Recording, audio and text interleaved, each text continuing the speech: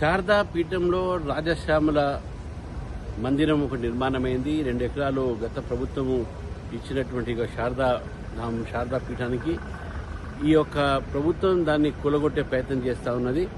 మేము Bharatiya Janata party first నుంచి చెప్తా ఉన్నాం, రేవంత్ రెడ్డి గారి సర్కార్ గడ్డపార సర్కార్ అయింది. హైడ్రా ఇల్లు కూలగొట్టడము, మూసీ దగ్గర ఇల్లు కూలగొట్టడము, ఖమ్మంలో ఇల్లు కూలగొట్టడము, టెంపుల్స్ కూలగొట్టడము, ఇవన్నీ జూబ్లీహిల్స్ టెంపుల్స్ కూలగొట్టడము, మరి కూలగొట్టిన వాళ్ళకు సపోర్ట్ చేయడము. ఈరోజు హిందూ దేవాలయాన్ని ఉన్నటువంటి హిందూ మఠాన్ని ఈరోజు దాన్ని కూడా కూలగొట్టే ప్రయత్నం చేస్తాం. ఇది కేవలం వారి స్వార్థంతో చేస్తున్న పని. ఇది భారతీయ జనతా పార్టీ శారదా పీఠం జోలికి వస్తే మీరు తప్పకుండా ఉద్యమిస్తాం. మీరు ఊరుకునేది లేదు. హిందూ సంస్థల మీద, హిందూ వ్యవస్థ మీద, హిందూ దేవాలయాల మీద ఈరోజు ఈ ప్రభుత్వం దాడి చేస్తాం. ఇది మజ్లీస్ పార్టీ ఒక దోస్తానితో చేస్తున్నారా, లేకుంటే ముస్లింలని సంతృప్తి కట్టడం చేస్తున్నారా?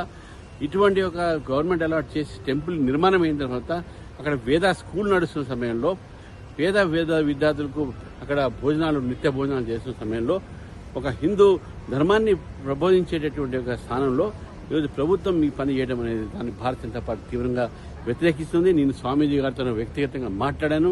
అదేవిధంగా నేను 2వ తారీఖు నాడు అక్కడికి నేను వెళ్తాను. ఎందుకంటే రేపు ఖమ్మం పోతున్నా కాబట్టి 2వ తారీఖు నాడు నేను శారదాపీఠం వెళ్తున్నాను. ఈ విషయం కూడా నేను ప్రభుత్వానికి చెప్తా ఉన్నాను. ఈ యొక్క ప్రభుత్వం ఇటువంటి యొక్క దేవాలయాలు కానీ, ఈ యొక్క మఠాలు కానీ దాని జోలికి వస్తే అది బాగుండదని చెప్పేసి కూడా హెచ్చరిస్తాను.